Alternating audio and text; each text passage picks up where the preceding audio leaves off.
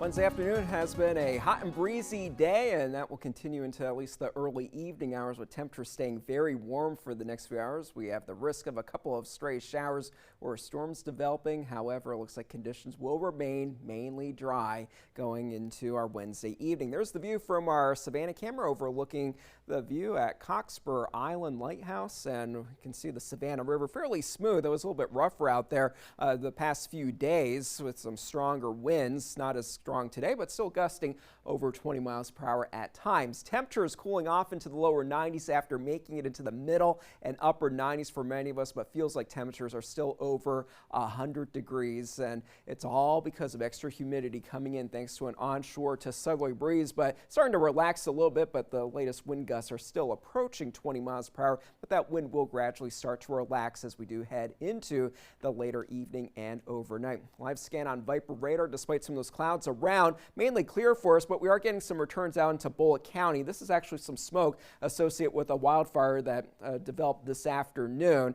Crews are out there trying to get a handle on that situation, but still some smoke blowing from the south to the north into places like Effingham County into Screven County. But for tomorrow morning, we will be starting off with a mix of clouds and sunshine. Still a southerly breeze in place. Temperatures will be warming into the middle and upper 90s for highs. There's the chance of a couple of stray showers or storms developing throughout the later afternoon, but it looks like for the most part higher storm chances will hold off until we get to Friday and into the weekend. But tomorrow, it is going to be another breezy day, so despite those hot temperatures, it will feel a little bit better simply because that air will be moving rather than becoming stagnant during those peak heating hours. So hot and breezy for Thursday. The moisture is flowing in from the south. We're still watching Tropical Storm Bertha, which made landfall earlier this afternoon in eastern Louisiana. It continues to push off to the west. Most of the heavier weather is down to the south, so they're just going to be looking at some gusty winds being the main concern and some coastal flooding, but a huge storm threat is not with them with this system, thankfully. 45-mile-per-hour sustained winds with higher wind gusts.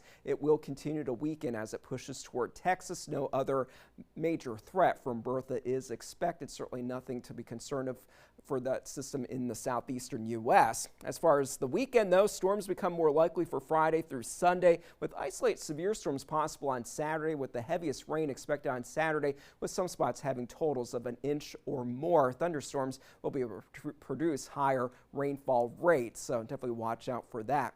As far as tonight, 78 for the low temperature, definitely staying breezy. And then for tomorrow, 97 degrees with a strong wind at times during the afternoon hours, but not as strong as the past few days. So for the boaters, the conditions on the waterways will start to improve.